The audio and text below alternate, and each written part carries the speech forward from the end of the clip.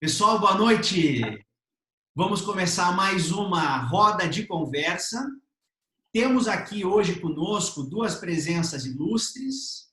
Temos a alegria de receber a professora e advogada Heloísa Estelita, que dispensa maiores apresentações. Ela é conhecida de todos nós, professora de todos nós. É uma alegria enorme aprender com a Heloísa Estelita. E temos aqui conosco também o Dr. Marlos Arnes Oliveira, advogado criminalista, também dispensa apresentações, e está aqui conosco participando de uma série de eventos da Roda de Conversa, é um dos grandes idealizadores desse nosso novo formato de webinar, e é uma grande alegria estar aqui com eles e com todos vocês que nos acompanham aqui pelo Zoom e que acompanham a nossa gravação depois, que vai ficar disponível no YouTube. E para a gente dar início, num tom bem informal, o qual vocês percebem, né? Eu tenho alguma dificuldade, essa função de moderador, de apresentador, inspira aquilo que há de mais formal e tradicional em mim. Vamos tentar manter essa uma conversa mais informal e mais direta. E eu pediria que a Heloísa fizesse uma fala inicial de apresentação, a partir daí o Marlos pode ir respondendo, e a gente vai fazendo um debate livre, não só entre nós, como entre todos que estão aqui conosco nos acompanhando. Fiquem muito à vontade, a Camila deixou a câmera ligada, quem quiser deixar, pode deixar também. Quiserem fazer pergunta pelo chat, podem fazer, se não, se levantam a mão e a gente vai fazendo a pergunta falada também, tá? A ideia é que isso seja um evento aberto com a participação de todos. Então, Heloísa, ou se me permitir, já vou chamar de Elo, como todos nós chamamos, se quiser fazer, então, a tua apresentação inicial no assunto, fique muito à vontade. Muito obrigado pela tua presença, por estar aqui conosco dividindo conhecimento. Boa noite a todas e a todos. A alegria é minha, Guilherme, você sabe disso, e eu tenho um prazer muito grande de estar com você e com o Marlos. E esse prazer vem ancorado não só na amizade, que para mim geralmente é mais importante que as outras coisas, e também na admiração profissional. Então, é um prazer, e eu assisti alguns dos bate-papos, e eu gosto desse estilo mais informal. Aliás, eu sempre falo isso quando eu faço banca, especialmente em algumas faculdades mais formais, que informalidade não é nem desrespeito e nem insubordinação. Você pode ser informal e ser respeitoso, né? Meus alunos me chamam de Elô, também nunca faltaram ao respeito comigo por me chamarem de Elô. Então, eu vou me permitir também essa informalidade. Eu cresci no interior, eu sou meio caipira, tenho uma certa dificuldade com muita cerimônia. Nem sei fazer discurso bonito, que nem pessoas que abrem de forma linda, assim, usar palavras. Eu tenho uma ideia que eu acho que o meu vocabulário falado deve ser tipo de um adolescente, comparado ao que eu sei de palavras passivamente, impressionante. Tem gente que tem o dom de falar mesmo. Parece que a palavra perfeita vem para a boca. A minha não vem, simplesmente ela não vem. Não vem, não vem. Então, e já que o nosso papo é meio informal, nós escolhemos um título que eu amei. Aliás, recebi até, assim, modéstia média, fui eu que sugeri. Recebi até uma chamada de um amigo meu, Isaac Costa, lá do AGV, que estava morrendo. Falou, estou morrendo de ciúme do título que eu que sou o homem que cria os títulos provocativos. Ele que criou aquele Hello Crypto que a gente fez uns 2 encontros. Então, assim, a nossa pergunta é se a denúncia genérica é tão boa quanto a de marca, né? Então já chama a atenção, porque vários medicamentos genéricos, de fato, são iguais aos de marca, mas nem todos são. Então, essa é a nossa pergunta, se a denúncia genérica seria tão boa quanto a de marca. E esse é impressionante, que é um problema muito recorrente, né? Que não se supera. É impressionante a qualidade de denúncias que eu recebo para analisar, e padecem sempre do mesmo mal. E eu lembro até quando eu trabalhava com o Peluso no Supremo, ou seja, estamos falando aí a partir de 2003, as denúncias já pareciam do mesmo mal, especialmente naquela época as oferecidas pela PGR. Então, acho que para responder essa pergunta, se a genérica é tão boa quanto a de marca, a gente tem que entender dois papéis fundamentais da denúncia, né? Duas funções dela. A primeira, que é de delimitar o objeto do processo penal. Então, seria uma função de delimitação.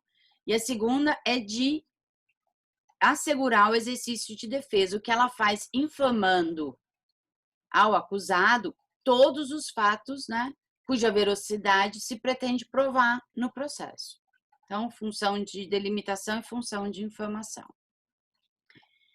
Nesse sentido, a denúncia é uma proposta de uma futura, de um modelo, né, da sentença condenatória que vem lá no final. Pode ser uma absolutória, mas a pretensão do Ministério Público, de quem acusa, é que sobrevém uma sentença condenatória. Então, ela fixa, né, o núcleo substantivo da causa e, com isso, delimita a instrução, delimita o âmbito de recurso, delimita o que pode ou não ser objeto de recurso, até o trânsito em julgado, que forma uma coisa que a gente às vezes não cuida bem, que forma a coisa julgada, que tem por um dos seus papéis fundamentais evitar o bis in idem.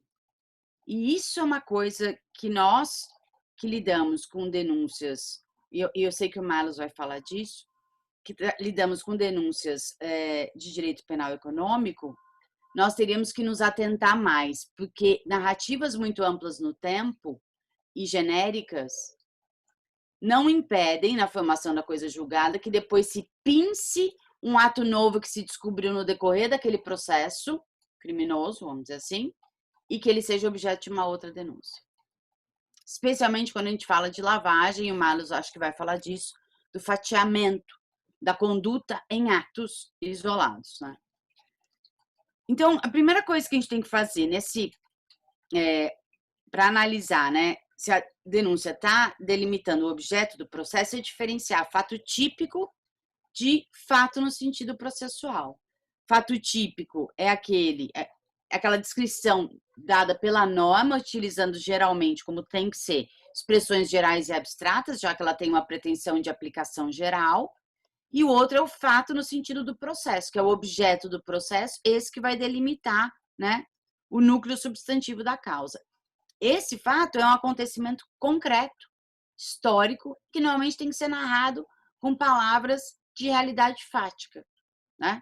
Por exemplo, eu dizer fulano matou alguém é eu repetir a dicção da lei. Isso não é a narrativa de um fato histórico.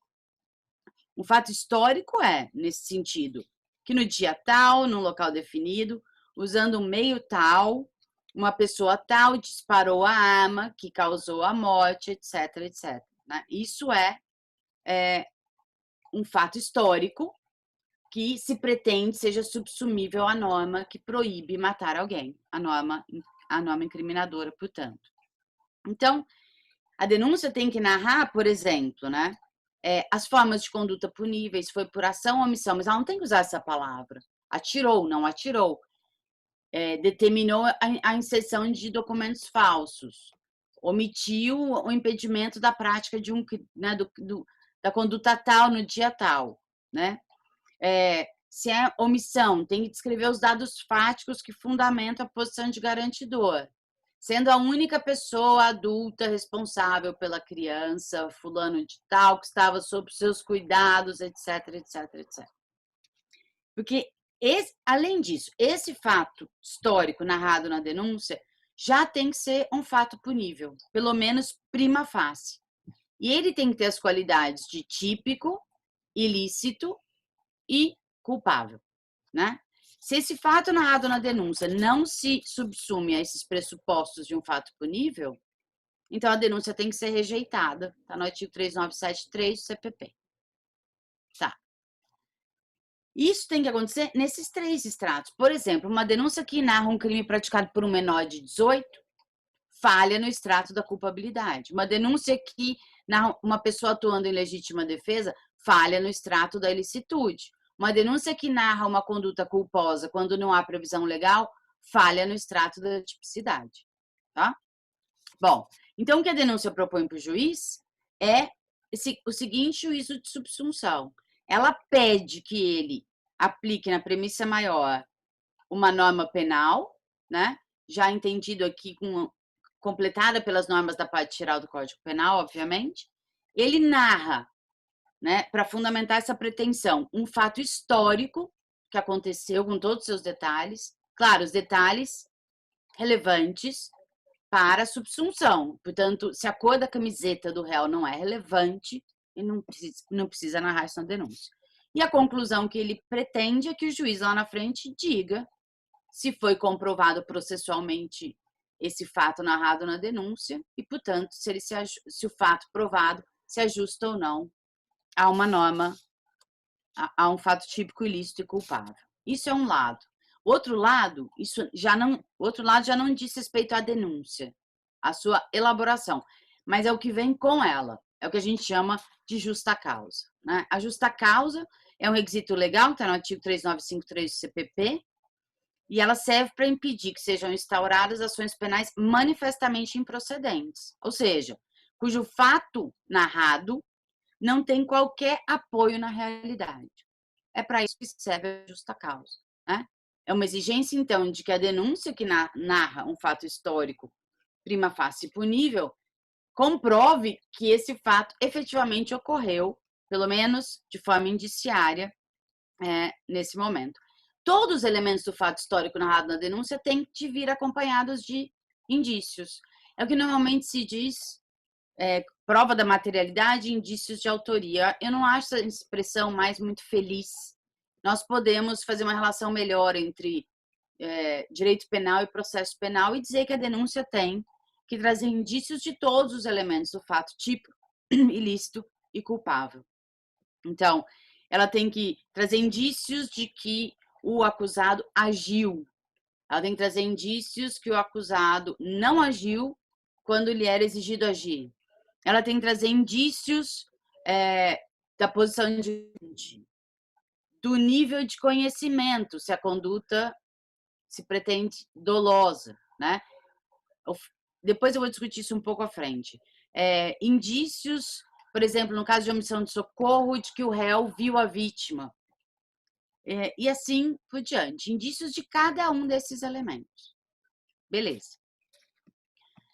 Se ela narrar uma denúncia como fato histórico apoiado em indício, então a instrução serve para confirmar ou infirmar essa acusação prima facie plausível. Beleza.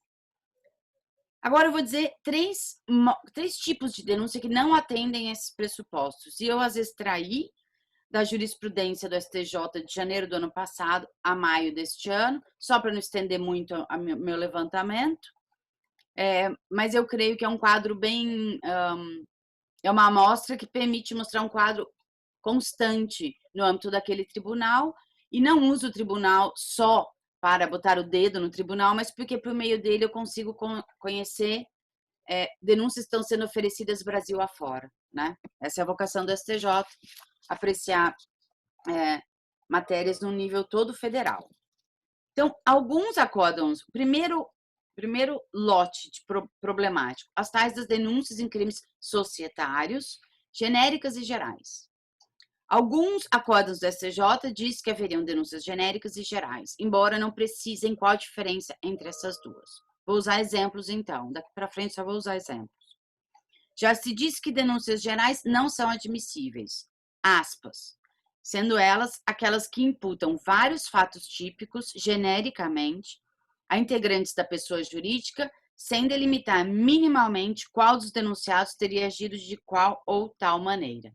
Essa seria a denúncia geral, geralmente não admissível na jurisprudência do STJ, mas também há acórdãos admitindo. As denúncias genéricas, essas seriam admissíveis, seriam as que também nesse âmbito de crimes societários, aspas, apesar de não descrever minuciosamente as atuações individuais dos acusados, demonstram liame entre seu agir e a suposta prática delituosa. Fecha aspas. Tá. Me parece que nenhuma dessas duas denúncias, nem a geral, nem a genérica, são denúncias que atendem às exigências legais que eu acabei de comentar. Se nós não punimos nem pensamentos, nem modos de conduta, nem ocupação de cargos, né? Não há que se falar em crime quando não houver narrativa de uma conduta por uma pessoa. Isso é a letra clara do artigo 13 do Código Penal. Caput, né? É a letra clara. Há duas formas de manifestação de comportamento que são relevantes para o direito penal: a ação e a omissão. Bom, tá lá o seu recurso especial. Nos crimes praticados no contexto de empresa, que é o que eu entendo que o STJ quer dizer quando ele diz delitos societários, crimes societários, vale a mesma coisa, né? Ninguém pode ser punido pela mera ideia, por pensamentos, por modos de vida, por ocupar um cargo de administração ou não. Então tem que se descrever exatamente qual que é a conduta histórica, ou seja, uma manifestação corporal externa que foi praticada, ação, que era esperada, omissão. Exatamente qual o movimento corporal que deveria ter sido praticado ou que foi praticado. Então, assim, afirmar, como eu acabei de ler para vocês, que apesar de nos descrever minuciosamente as atuações, a denúncia demonstra um liame entre o seu agir e a suposta prática delituosa, é afirmar uma quantidade imensa de imprecisões. Porque ou a denúncia ela descreve um fato histórico que se traduz num agir, né, ou num omitir, ou ela não descreve uma conduta. Então, se não há liame entre agir e a prática delituosa, né, como diz esse trecho que eu citei, esse liame não tem que existir entre agir e prática delituosa, né? Porque o agir é a prática delituosa. Se o tribunal queria dizer que esse liame seria a expressão do nexo de causalidade, eu lembro que o nexo de causalidade estabelece uma ligação entre dois pontos. Ele não é o que a gente brinca aqui em São Paulo de como é que chama? Para não usar a expressão bem caipira, ele não é um viaduto Maluf. Na época que o Maluf era governador biônico aqui de São Paulo, ele fazia uns viadutos, você passava lá em Anguera, tinha um viaduto, só tinha viaduto. Não tinha rampa de acesso, nem de um lado, nem do outro. Então, o nexo de causalidade não é um viaduto Maluf. Ele liga um lugar a outro lugar. Ele liga uma conduta a um resultado. Isso também está no artigo 13 caput do Código Penal. E o 13 caput do Código Penal diz que numa rampa tem uma ação ou uma omissão, e na outra rampa tem um resultado. Então, meras cogitações, posições, modos de vida não ligam, né? Não são ligados pelo nexo de causalidade a um resultado. Então, em todos esses casos... Opa, gente, desculpa, peraí. Desculpa, pronto.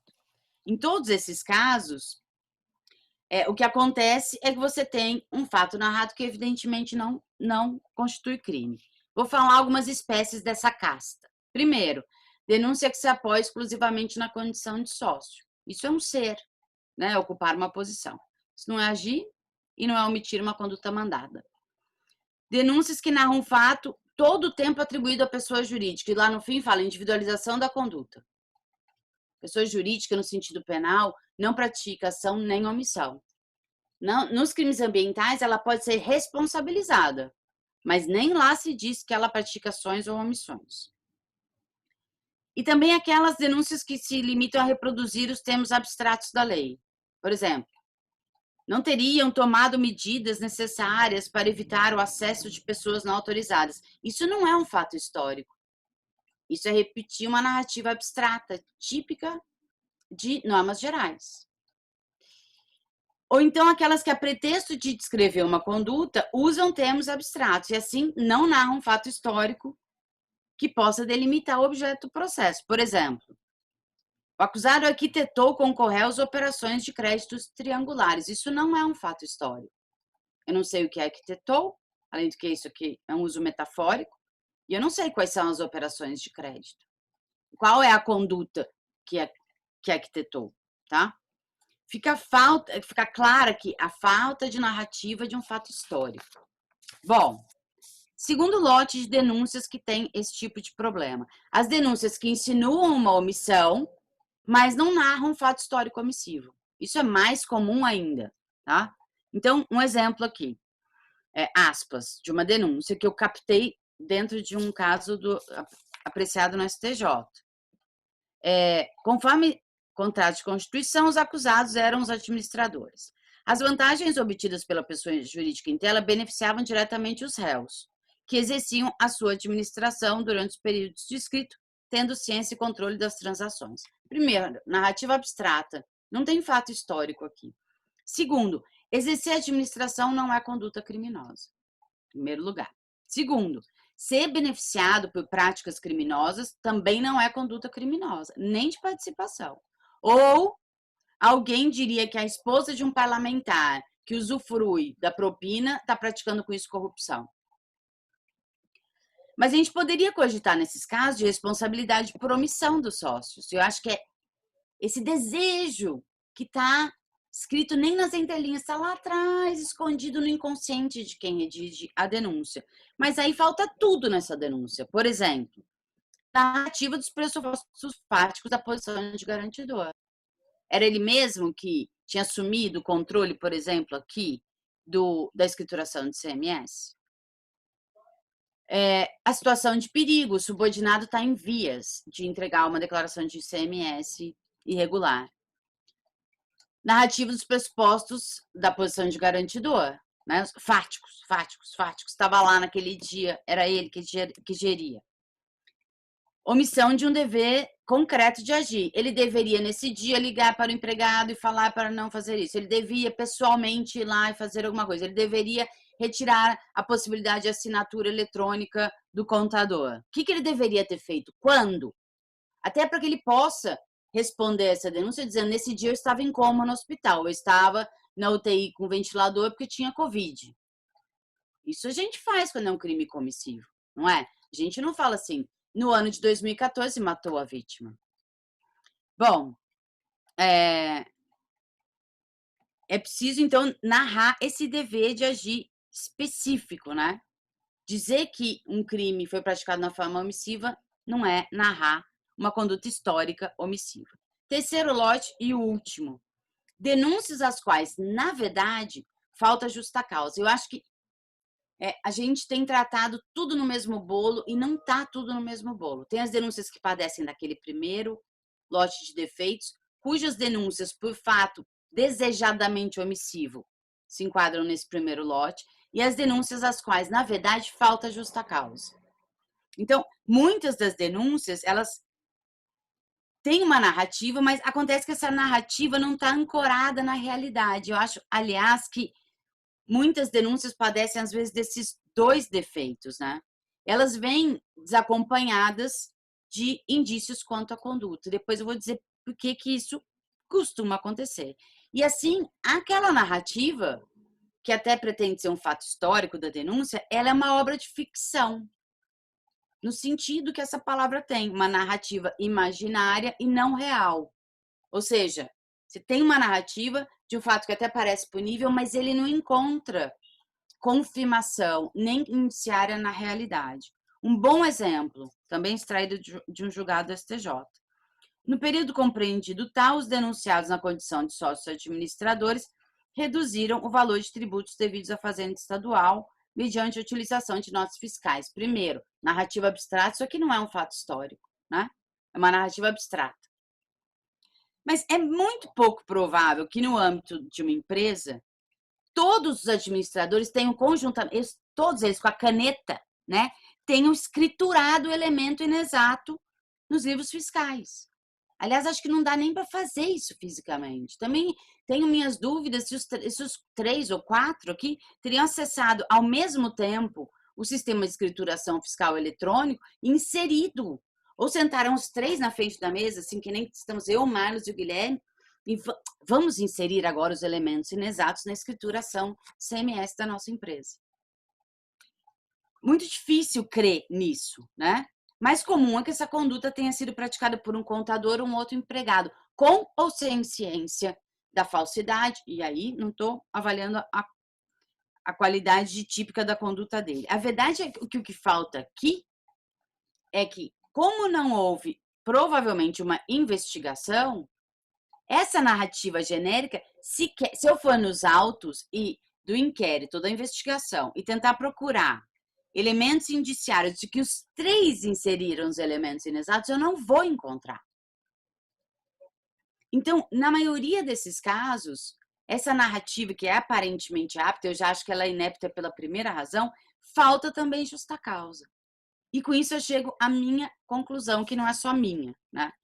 A verdade é que uma investigação minimamente cuidadosa revelaria as estruturas de funcionamento e gestão da empresa e permitiria identificar não só as condutas, como também o nível de conhecimento sobre o que estava acontecendo.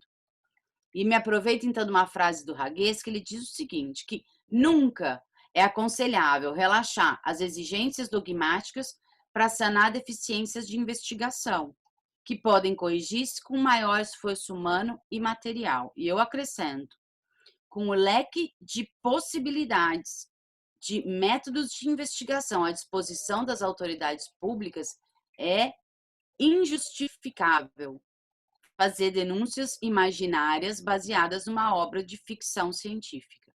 Investigasse o MP ou a polícia, comesse pela borda, entrevistasse as pessoas, eles sim arrecadariam uns indícios suficientes para colocar no polo passivo as pessoas que efetivamente têm alguma participação nesse fato histórico.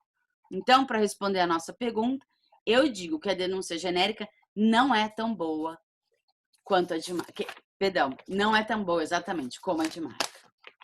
Era isso. Muito obrigado, Elô, pela essa tua apresentação inicial. Eu só gostaria de cumprimentar aqui alguns colegas ilustres que se somaram a nós desde o início da fala. Temos aqui o professor e advogado Alexandre Wunderlich. Olha, gente, é verdade, está cheio de gente bacana, muito obrigada.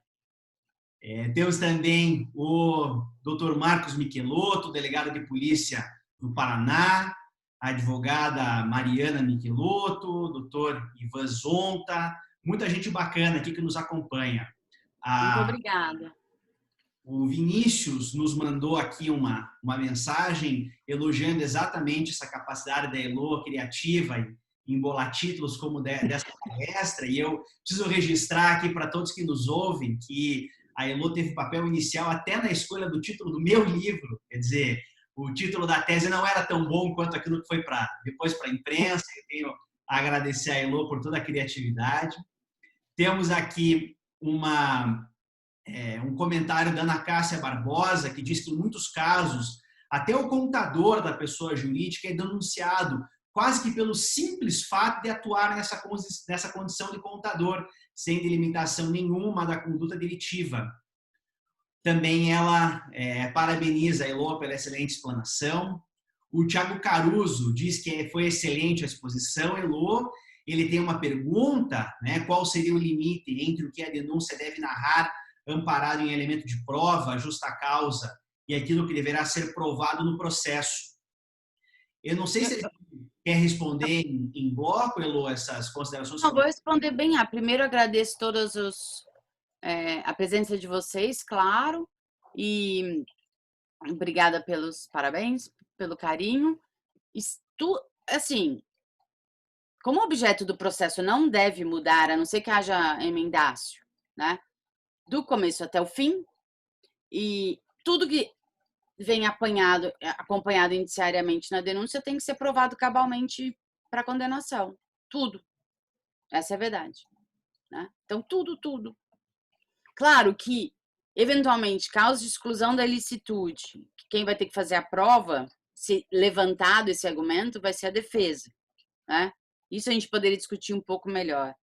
Mas o que acontece é que o fato típico, a prática do fato típico geralmente indica, né? Aliás, o legislador não ia ficar falando lá, celebrar contrato, pena tal. Ele já define na norma incriminadora uma conduta provavelmente ilícita, né? Então, é isso que o MP tem que narrar. Geralmente, ele não tem ainda que ir além e falar. Além disso, não há nenhuma causa de justificação. Eu diria, então, assim, não havendo nenhum sinal oposto, ele tem, com relação à tipicidade, tudo, a ilicitude não necessariamente, e a culpabilidade, se o caso sim, se houver alguma dúvida. Por exemplo, o caso menor de 18 anos, né?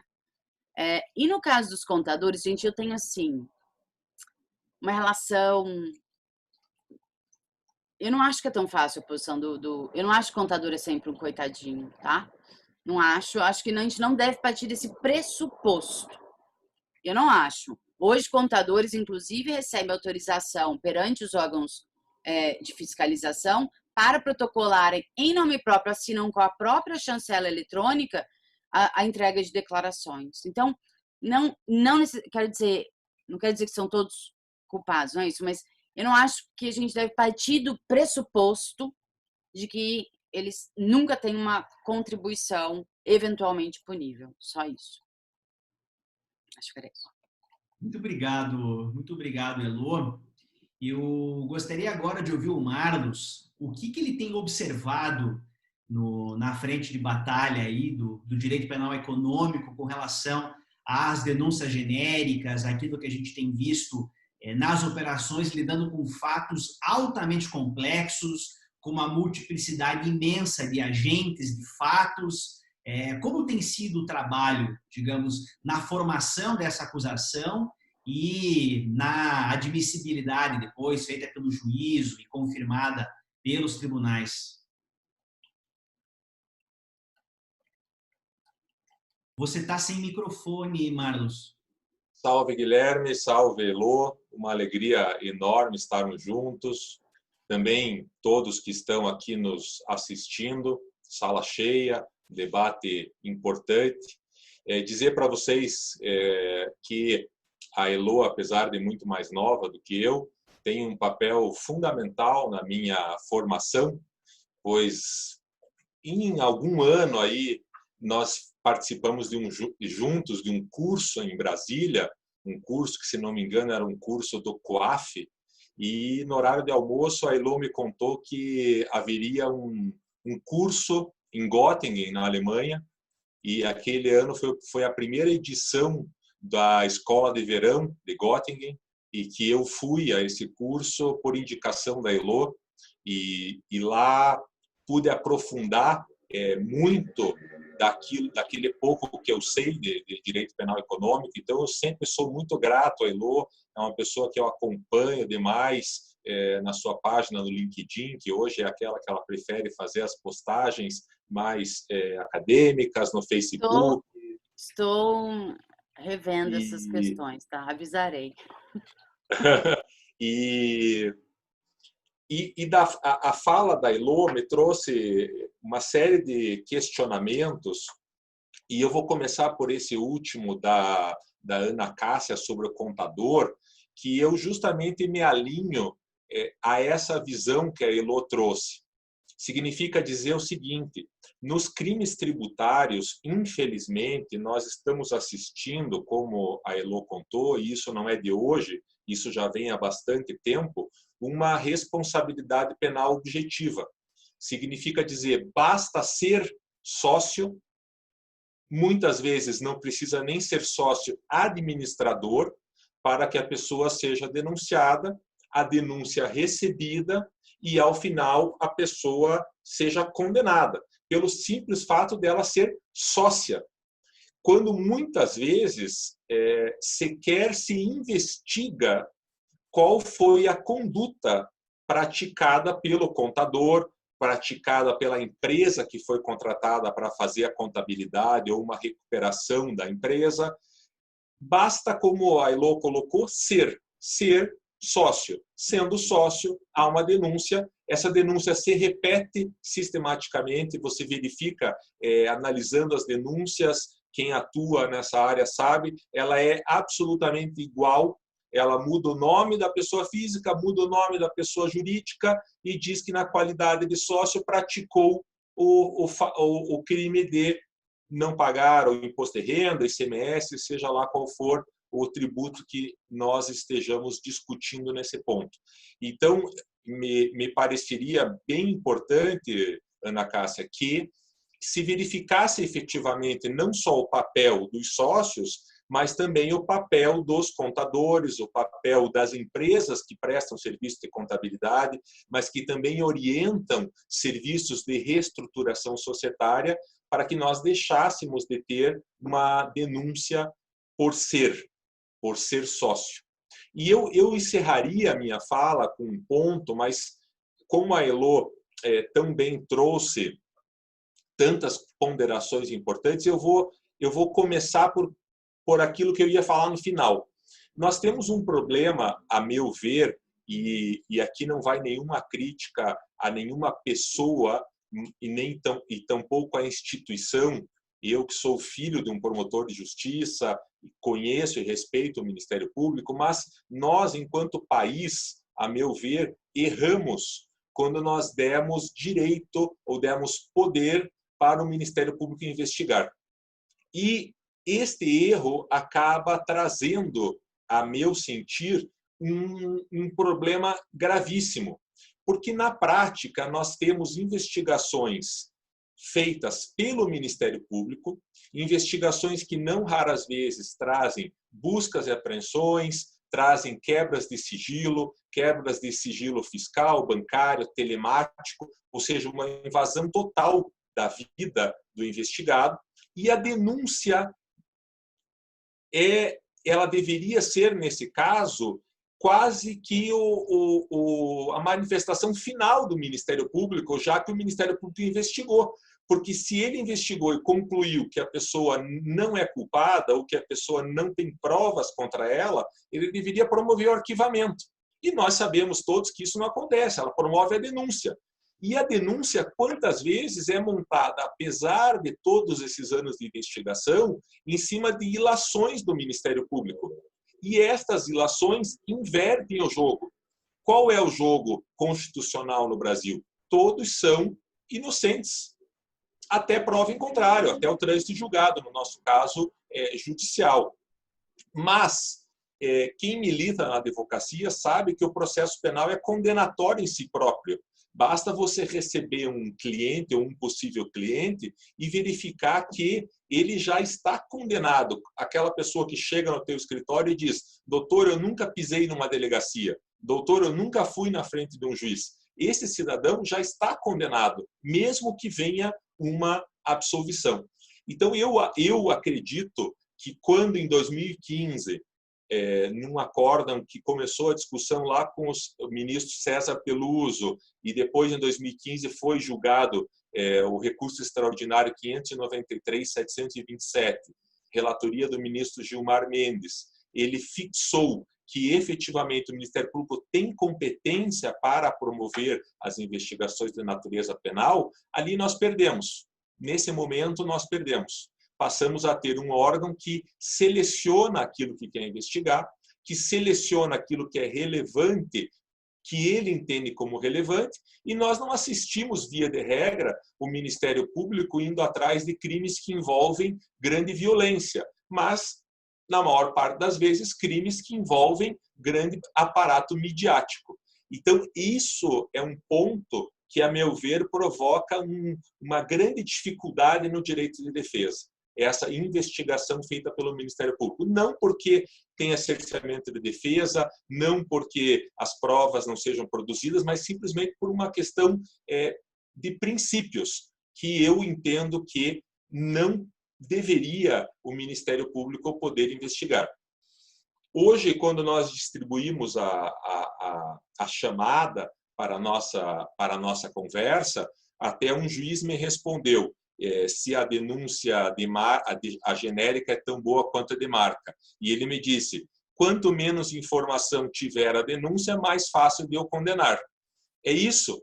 Quer dizer, nós temos um sistema inquisitório em que resulta uma denúncia do Ministério Público, como a Elô colocou em todos os exemplos da jurisprudência que ela nos trouxe, com pouquíssimas informações, e num sistema que é feito para condenar, facilita a condenação. Porque se ele tivesse todas as informações, sequer haveria denúncia. Isso é um ponto fundamental. Quer dizer, se o Ministério Público tivesse as informações, em boa parte das denúncias, elas não existiriam. Vejam aqui, eu separei para vocês um caso, e esse não é o mais gritante, mas é um caso interessantíssimo, em que a pessoa ela é acusada, entre outros vários crimes, de extorsão. Então, é uma operação grande que envolve crimes econômicos. A pessoa está dentro do combo, que eu vou falar daqui a pouco, que é o combo que envolve o crime, mais a organização criminosa, mais a lavagem de dinheiro. E ela ganhou um bônus, ela ganhou aquele brinquedinho do McDonald's, que é uma denúncia também por extorsão. E vejam só, a pessoa X, diz a denúncia, atuou como partícipe do delito de extorsão junto com os corréus M e O, que eu estou chamando aqui. Essa extorsão foi praticada na data tal pelo fulano M, quando ele encontrou o N e o ameaçou para pagar uma dívida que ele tinha com determinado partido. E essa dívida era de $1,5 milhão. Então, nós estamos com uma pessoa X denunciada por extorsão, sendo que a denúncia diz que o M foi lá e disse que o outro cidadão era quem devia.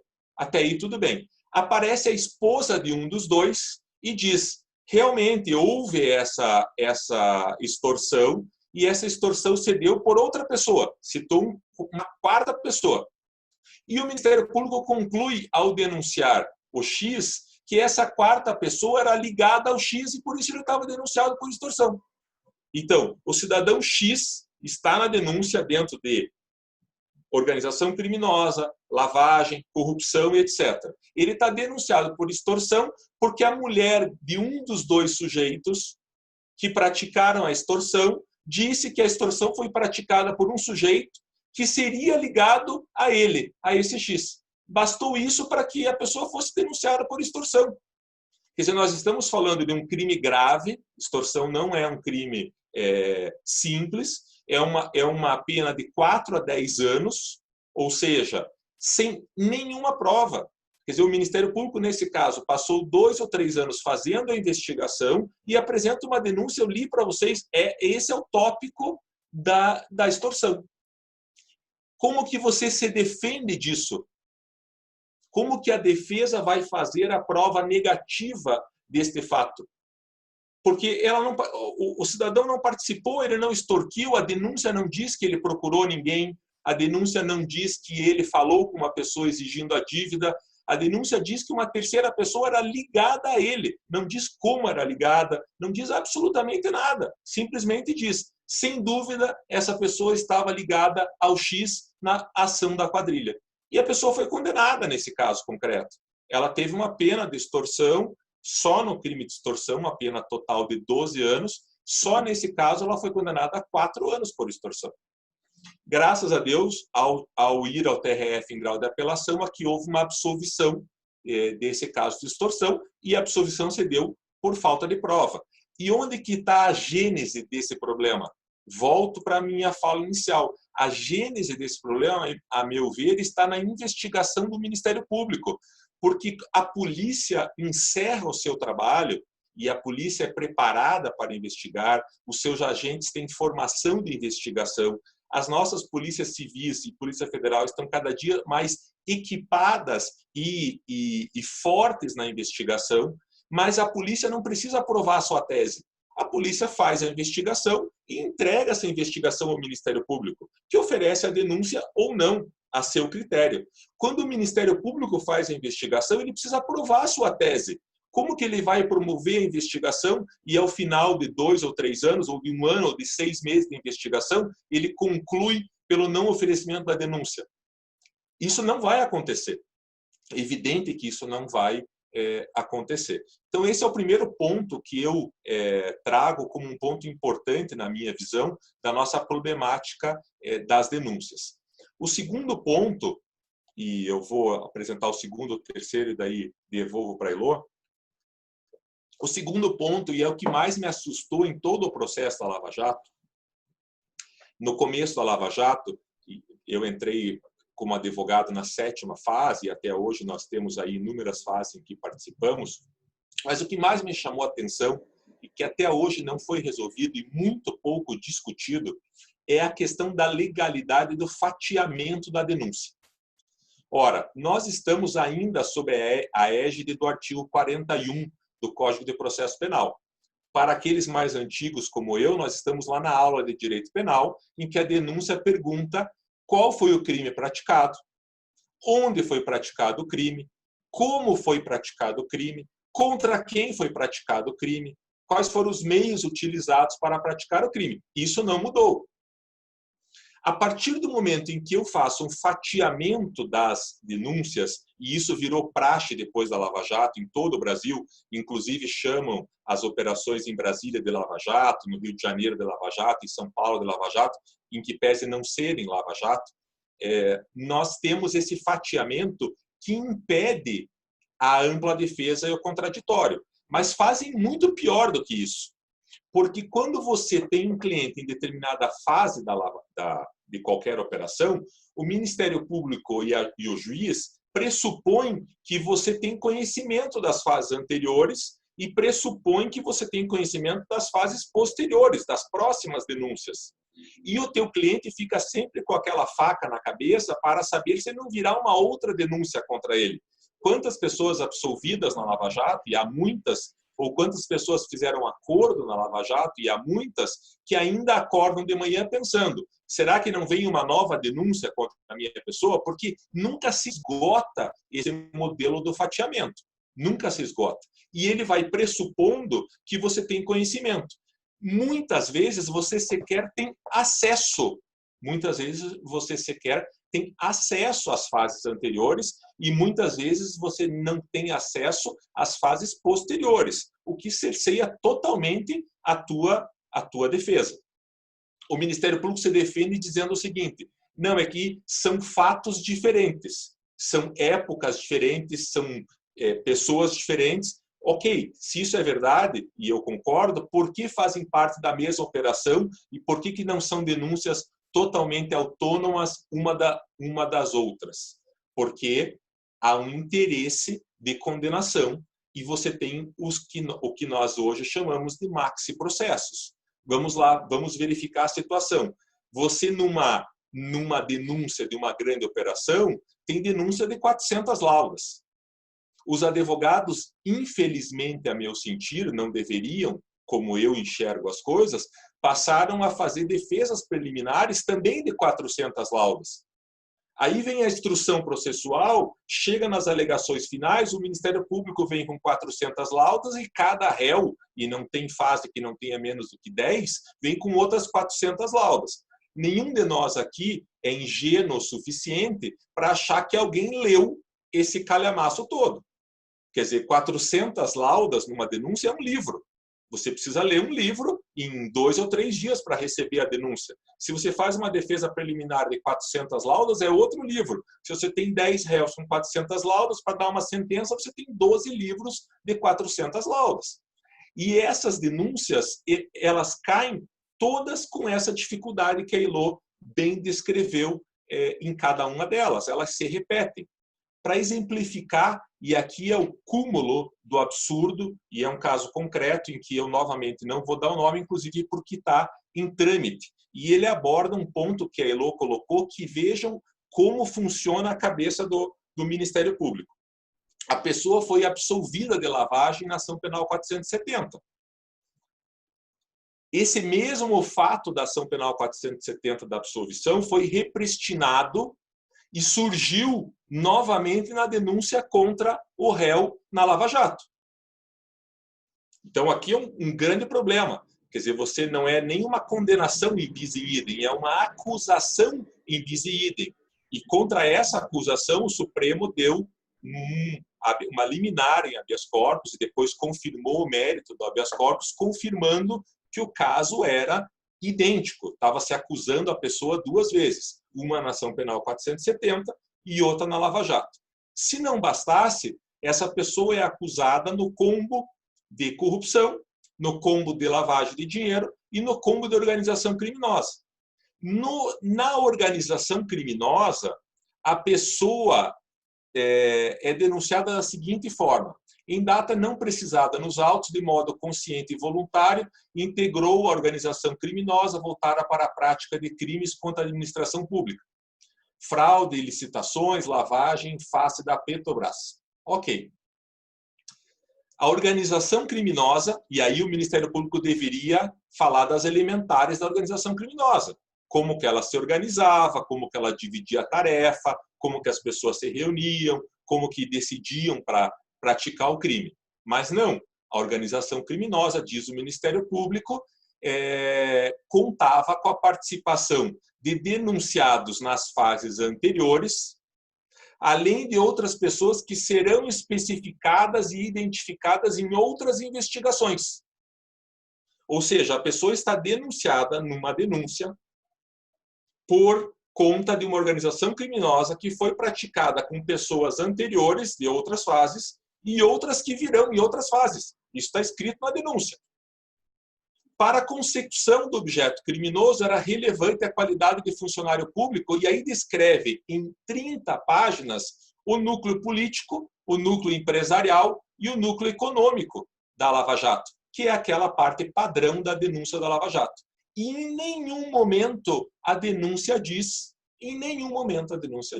quem são as pessoas que fizeram parte da organização criminosa daquele fato específico do cliente que nós defendemos aqui no escritório. Meu cliente confessou a corrupção, foi absolvido de lavagem e eu garanti para ele que ele seria absolvido da organização criminosa. Afinal, organização criminosa de um homem só, todos nós sabemos que não existe. Pasmem, o juiz condenou, sem dizer com quem ele praticou o ato da organização criminosa. O juiz não disse quem eram as outras pessoas que faziam parte dessa organização criminosa. Fomos ao tribunal, certos de que o tribunal iria rever essa condenação por organização criminosa. E a resposta do tribunal foi a mesma do juiz. As pessoas estão descritas nas fases anteriores e serão descritas nas fases posteriores, como disse o Ministério Público na denúncia. Como que você faz a defesa de uma denúncia dessa? É absolutamente impossível. Eu não tinha feito em primeiro grau, fiz em segundo grau. Em segundo grau, impetramos, eu e a Mariana e a equipe, embargos de declaração. E o embargo de declaração era uma linha. Quem são os outros da organização criminosa? Me diga quem são para que eu possa me defender. O tribunal copiou a denúncia, a sentença e negou provimento aos embargos de declaração. Isso tudo, e aqui fecho com o terceiro ponto, faz parte daquilo que eu tenho chamado, e muitos têm chamado, e nos debates com o Guilherme, ele até me lembrou, e eu estou me aprofundando nisso, que nos Estados Unidos hoje se fala muito em Mac Justice, que é o combo do McDonald's da denúncia criminal. Como que funciona esse combo para a gente sair do crime econômico? Eu sou bicheiro. O jogo do bicho é contravenção penal. A pena máxima é de 1 ano. Eu nunca vou me incomodar em ser bicheiro e sofrer uma grande condenação. Zero problema. Minha pena é de 1 ano, vou lá, vou transacionar uma suspensão condicional do processo, não vou nem ser denunciado, enfim, pouco importa. Quando eu trago para uma denúncia o jogo do bicho com organização criminosa e com o ato de lavagem de dinheiro, eu estou condenando um bicheiro a pena superior a 15 anos por conta da organização criminosa e por conta da lavagem de dinheiro. Muitas vezes a lavagem de dinheiro, e a Elô tocou nesse assunto, ela perguntou, poderia a esposa de um parlamentar ser denunciada por corrupção pelo fato do parlamentar ter recebido verba de corrupção?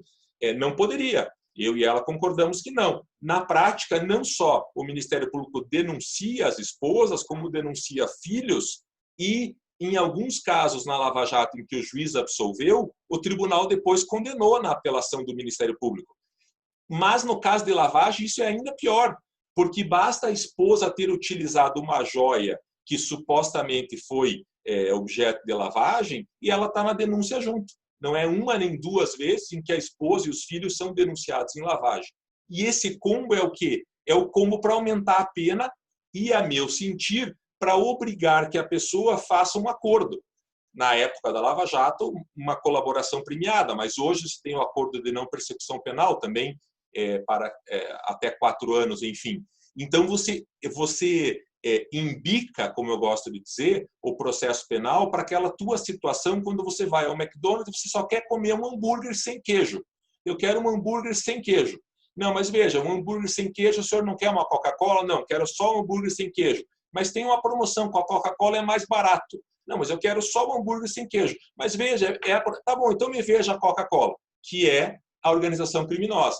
A hora que você comprou a Coca-Cola, ele vai te oferecer uma batata frita. Veja lá o número 1, hambúrguer sem queijo, mais a Coca-Cola e a batata frita, vai ficar ainda mais barato. E você acaba topando e ainda leva o sundae de sobremesa, ou a tortinha de banana, que é o crime de extorsão.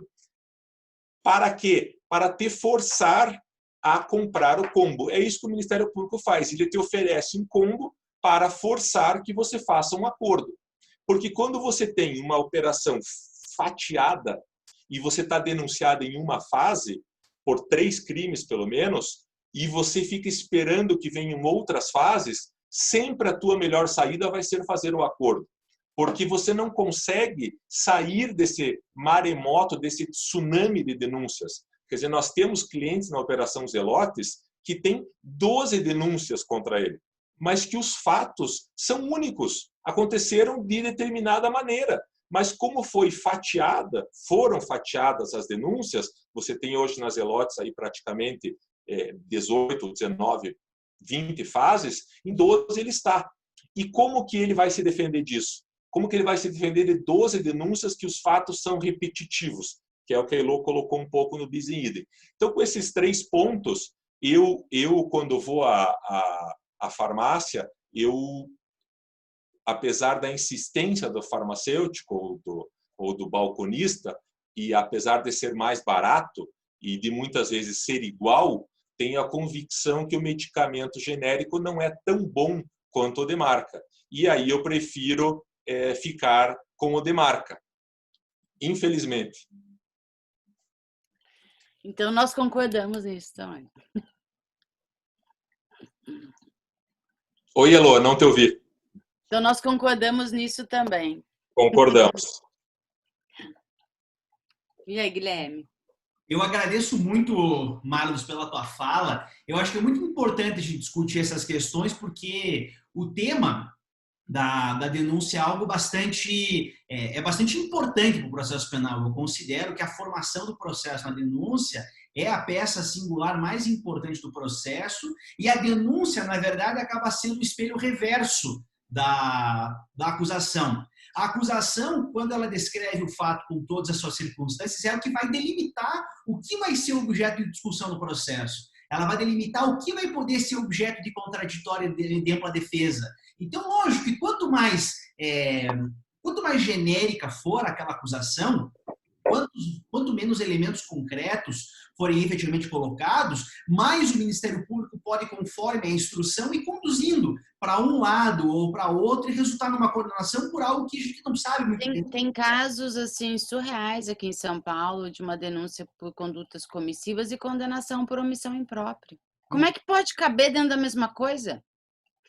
Você descreve, né? Você descreve você descreve uma posição, aí o juiz pode escolher. Se tem uma coisa que me incomoda, Elô... Se fez ou se deixou de fazer. Tem um negócio que me incomoda, é o tal do contexto fático das denúncias. Quer dizer, antes de chegar na imputação propriamente, dizer fulano de tal, conduta tal, resultado típico tal, tipo penal tal, eles voltam e contam uma historinha.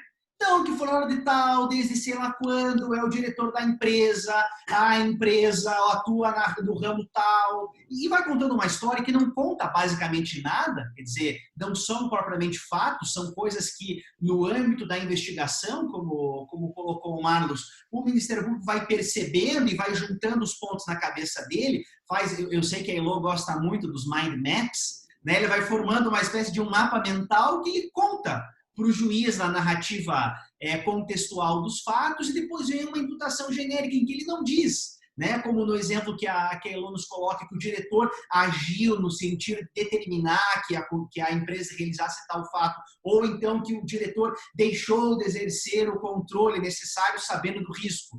Ele simplesmente dizer... Não, mas também vamos lá, dizer numa denúncia que o diretor deixou de controlar o risco é não narrar um fato histórico. Perfeito. Tá? No dia tal, podendo determinar ao empregado tal que fizesse isso ou aquilo, sabendo, podendo fisicamente fazê-lo, não fez. Então, com isso também já respondo aqui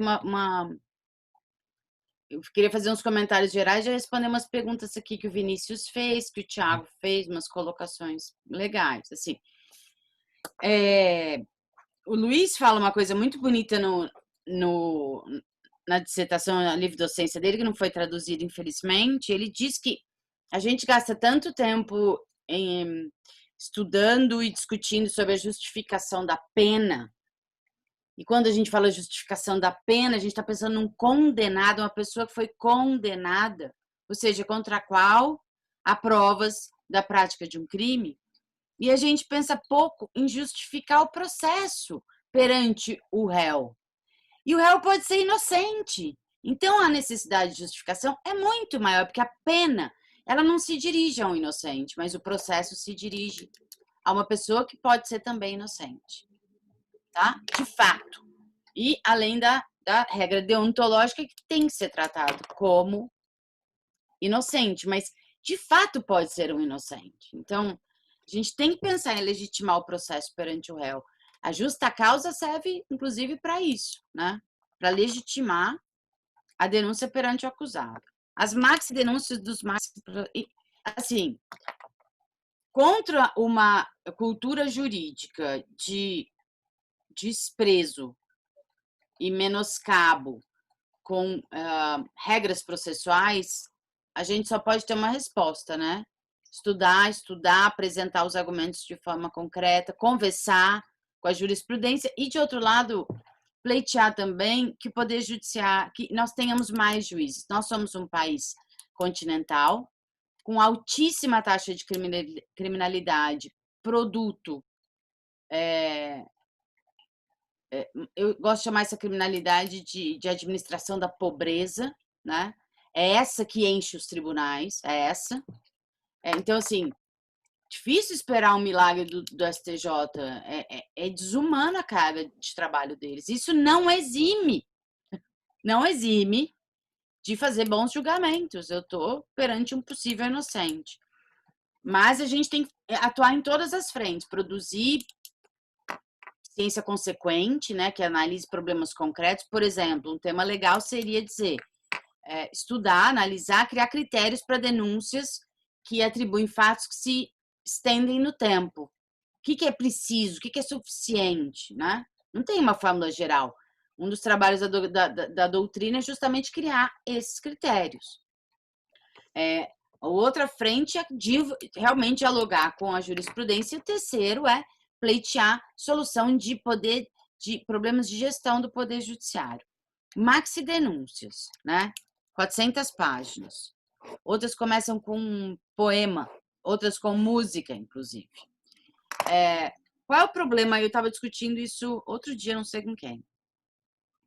As denúncias, o copia e cola começou a permitir que houvesse também o copia e cola de imagens dos autos.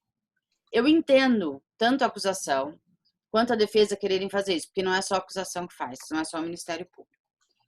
Mas esses elementos, eles não são elementos de narrativa do fato histórico, eles são a justa causa.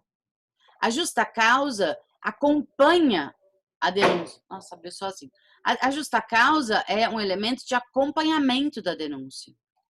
Ela não tem que estar já na denúncia, é a narrativa de um fato histórico.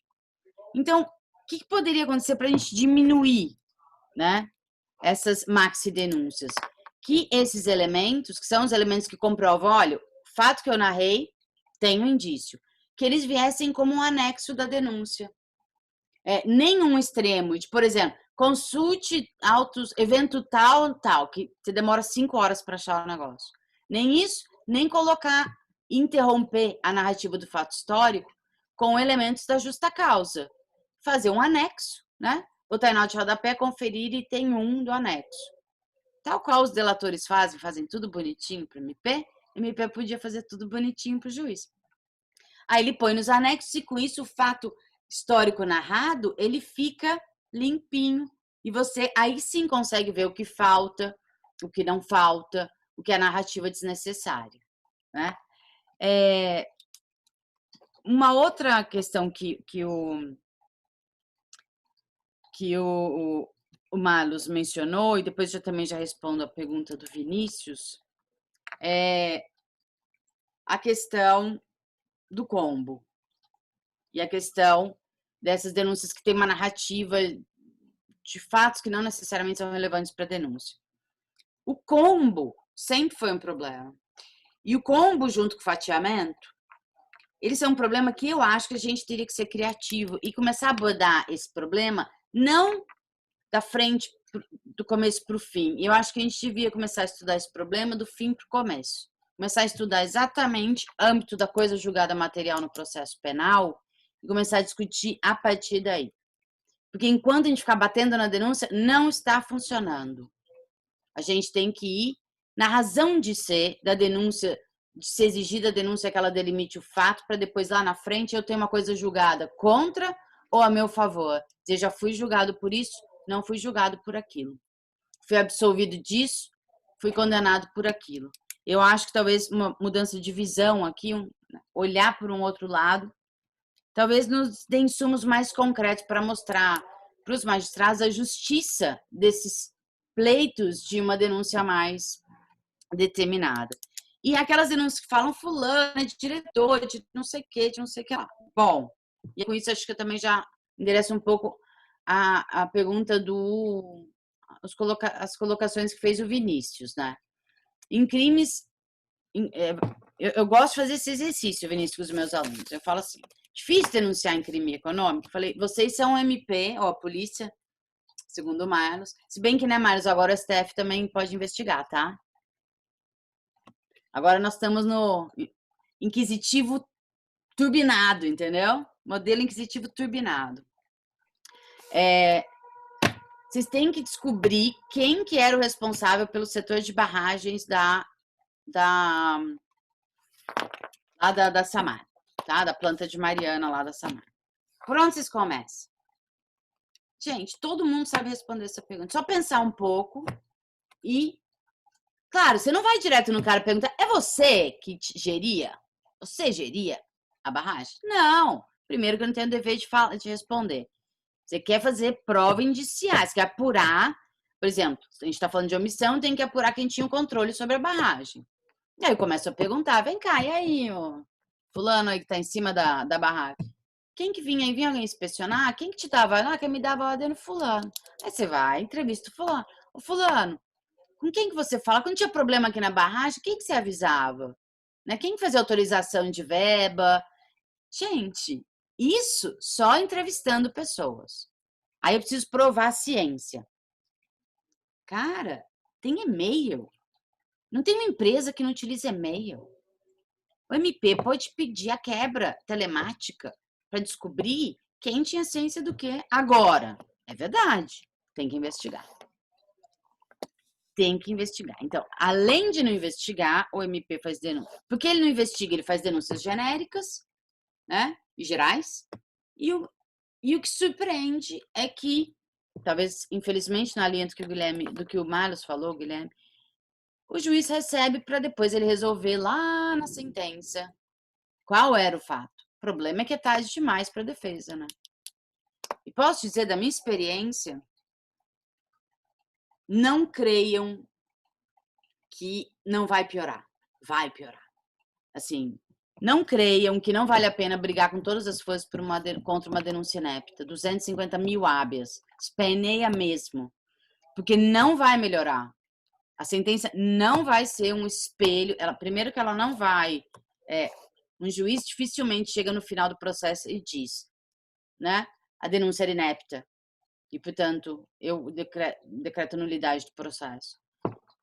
Vai ser vai se refletir na sentença um fato apurado no decorrer da instrução penal, porque não tem apuração na fase investigativa. Bom, vale a pena brigar, sempre. Até porque se você não brigar, vão te dizer depois. Você não brigou. Você vem com isso agora? Não deixem mesmo. E façam prova do prejuízo, né? Eu não consigo. Prova de que eu não consigo me defender. Que tipo de testemunho que eu vou chamar? Que data? Faz prova mesmo. Bom, nesse sentido, a investigação defensiva, infelizmente, para os réus que têm grana, né? Porque os outros não vão poder usar isso, a investigação defensiva pode evidenciar um monte ou vários dos problemas das denúncias. Agora, eu não sei se vale a pena a gente continuar conversando sobre nada disso com um acordo de não persecução penal. Porque eles só vão turbinar, eles só vão fatiar agora. Vamos lá. Não tem investigação, tá, galera? Esse é o nosso ambiente, infelizmente, né? Não tem investigação. O MP só vai turbinar a imputação preliminar do inquérito quando ele não quiser fazer um acordo. Porque se ele quiser fazer um acordo, ele desturbina o quanto ele quiser e não vai ter controle pelo juiz, lembrem-se disso. Então, assim, agora, para mim, a questão vai, uma parte dela, né?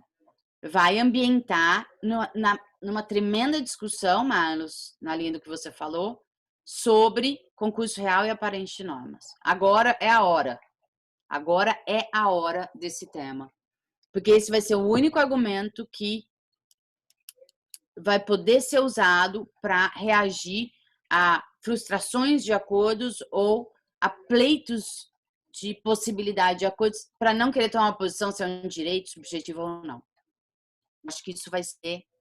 E, de novo, eventualmente, se vai ter que discutir a existência de indícios ou não para justamente poder discutir essas questões. Claro, eu estou tratando, estou fazendo uma crítica e, portanto, essa crítica pressupõe um Ministério Público que vá operar dessa forma. Eu sei que isso não é a regra, né? Eu sei que isso não é a regra.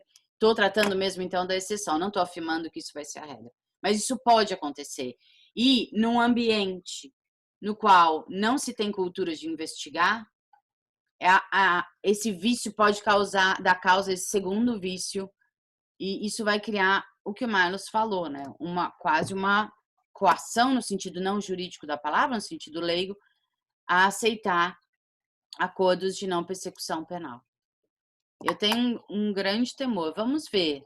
O GCRIM criou isso. Eu não vejo nenhum motivo legal para que isso não seja exacerbado agora. Não vejo. E acho que com isso eu respondi, eu acho, né, a pergunta do Vinícius sobre como que apura. Apura investigando, viu, Vinícius? Só investigar, né? Investiga o que acha. Ouve as pessoas. Especialmente se a gente está falando em omissão, a gente está falando em vertical. Quer dizer, tem um garante aqui em cima e uma pessoa aqui embaixo. Começa a ouvir por aqui, ó. Vem subindo. Dá para descobrir. E se não der para descobrir, não dá para denunciar. Paciência, né? Lembre-se, denunciar um inocente também. Então, assim, o risco não é tão grande. É pior você não punir um condenado do que você deixar de denunciar do que você denunciar um inocente. Então, se não conseguiu juntar provas, não tem como denunciar. Ciência. E é interessante nesse ponto, Elô, te interrompendo, que nas investigações internas realizadas pelas grandes empresas para fins de fazer um acordo de leniência, o processo é exatamente esse que você falou. Você começa a ouvir de baixo para cima e você chega exatamente à investigação aonde precisaria chegar. Porque se ela não chegar nesse ponto, não tem acordo de leniência possível. Ou seja, se a empresa quer fazer um acordo de leniência, ela precisa, primeira coisa, promover uma investigação interna. A hora que ela promove uma investigação interna, ela faz aquilo que, a meu ver, o Ministério Público não sabe fazer, investigar. Quando a Polícia Federal quer, e aqui no Paraná a Polícia Civil também tem bons exemplos, ela faz essa investigação e entrega para o Ministério Público a investigação pronta para ele oferecer a denúncia. A situação é tão grave que você colocou que o Ministério Público não investiga e faz uma denúncia geral, e entra um problema ainda entre esses dois pontos, que é o uso da colaboração premiada.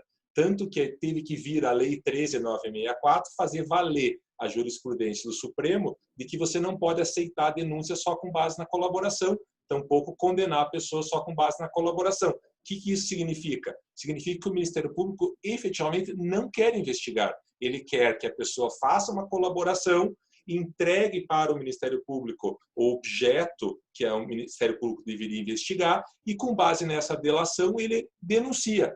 E essa denúncia vinha sendo confirmada em muitos casos. A jurisprudência, graças a Deus, mudou e a Lei 13.964, a lei anticrime, hoje proíbe.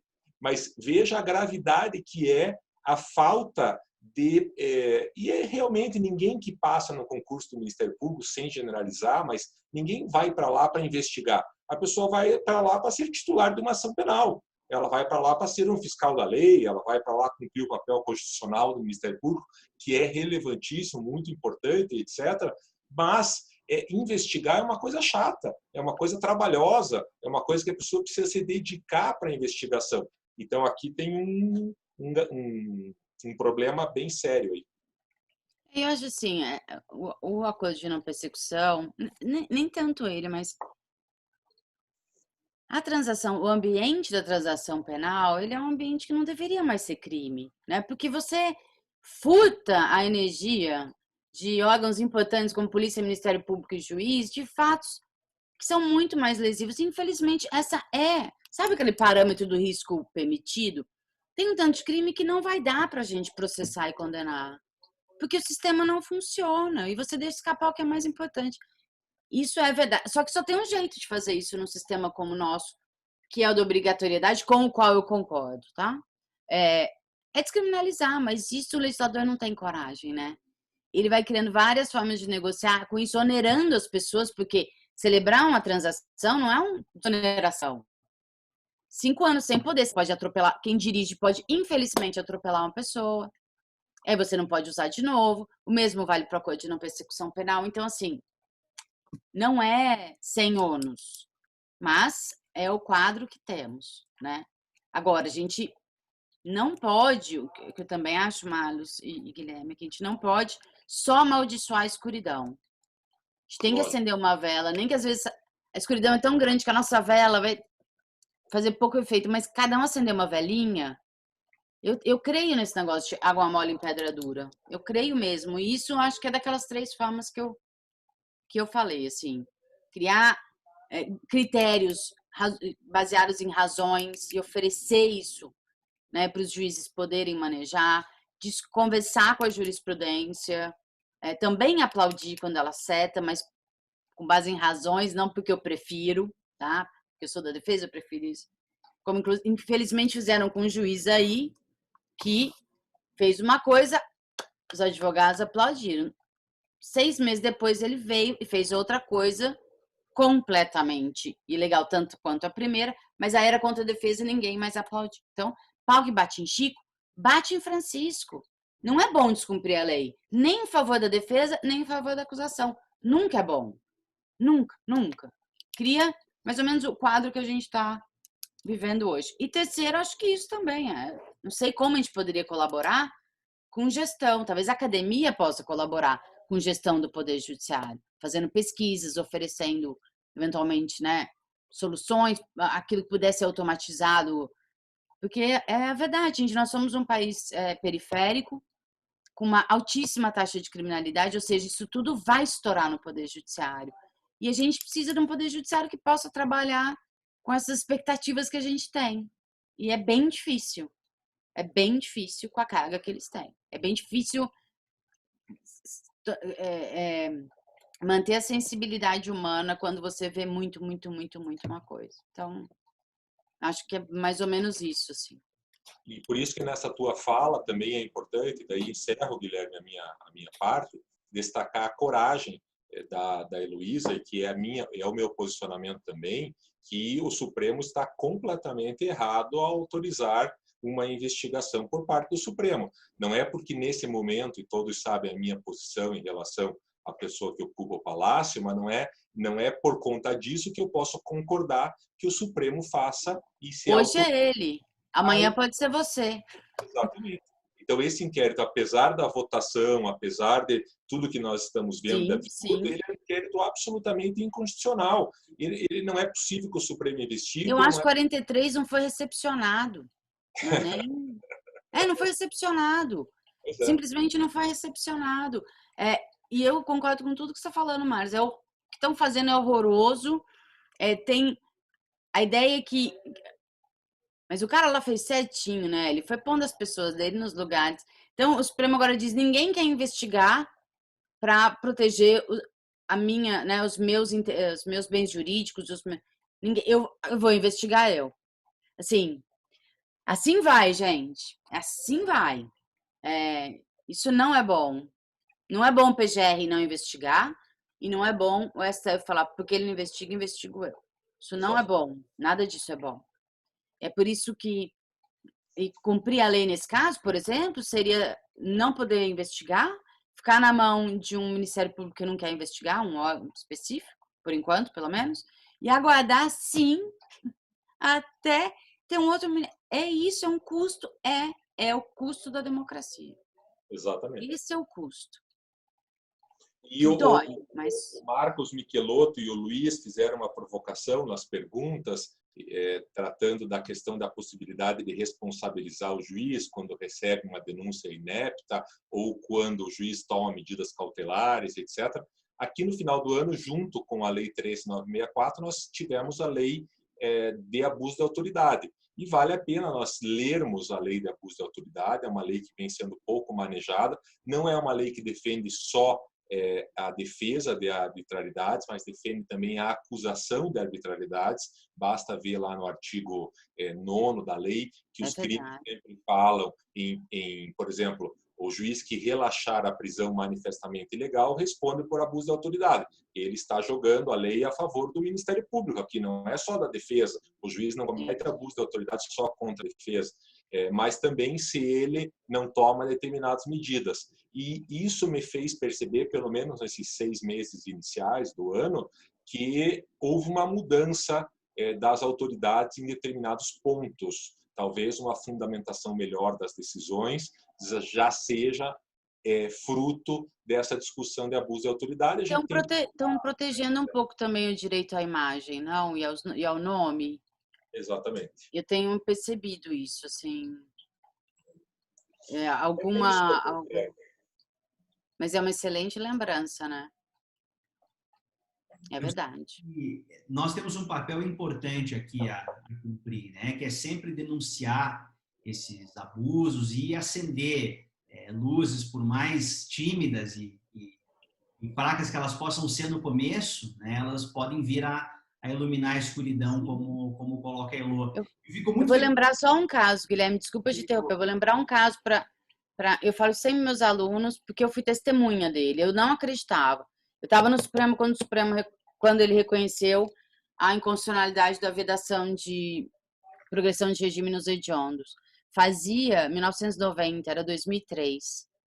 Portanto, fazia 13 anos que o Alberto Silva Franco batia nessa tecla. 13 anos depois o Supremo reconheceu a inconstitucionalidade. Então, assim, não é para amanhã. Tem que ficar insistindo. Tem que acender a velhinha e acender a velhinha. Desculpa te interromper, mas só para uma anedota. Imagina, nós estamos aqui para isso. E eu queria dizer, Elô, que eu fico muito feliz da gente ter trazido uma penalista para falar de um tema tão importante. Verdade. Penal, por quê? Eu não entendo o sistema penal como sendo algo estanque, processualista só fala de processo, penalista só fala de penal, porque as nossas áreas elas caminham juntas e de mão dada sempre. Mas o fato é que é somente uma pessoa que tem um amplo domínio das categorias dogmáticas, como você, Elô, é somente uma pessoa que está à frente dos processos todos os dias, trabalhando como o Dr. Marlos, que consegue efetivamente enxergar quais são os problemas que nós enfrentamos às denúncias. Porque a gente fica naquela fórmula besta de materialidade e autoria, achando que isso dá conta de tudo, quando na verdade a gente não está dizendo absolutamente nada. Né? São questões genéricas, uma confusão gigantesca entre justa causa e a narrativa histórica dos fatos, né? Como nos coloca Elô, e nós precisamos pensar desde o desde uma perspectiva contrária, né? A Elô já falou da importância de se voltar a pensar na coisa julgada material, no processo penal, como sendo o ponto de chegada. E aí, o que nós precisamos construir para chegar até lá? Discutir correlação é uma coisa importante, né? Porque exatamente a denúncia quem vai delimitar o escopo do processo. Então, eu queria encerrar agradecendo mais uma vez a presença tanto da Elô quanto do Marlos aqui conosco, agradecer principalmente a presença de todos vocês, muitos dos quais eu consegui nomear, mas infelizmente não consegui nominá-los todos, agradecendo as perguntas que foram encaminhadas a nós e reforçar algo que o Marlos colocou no chat.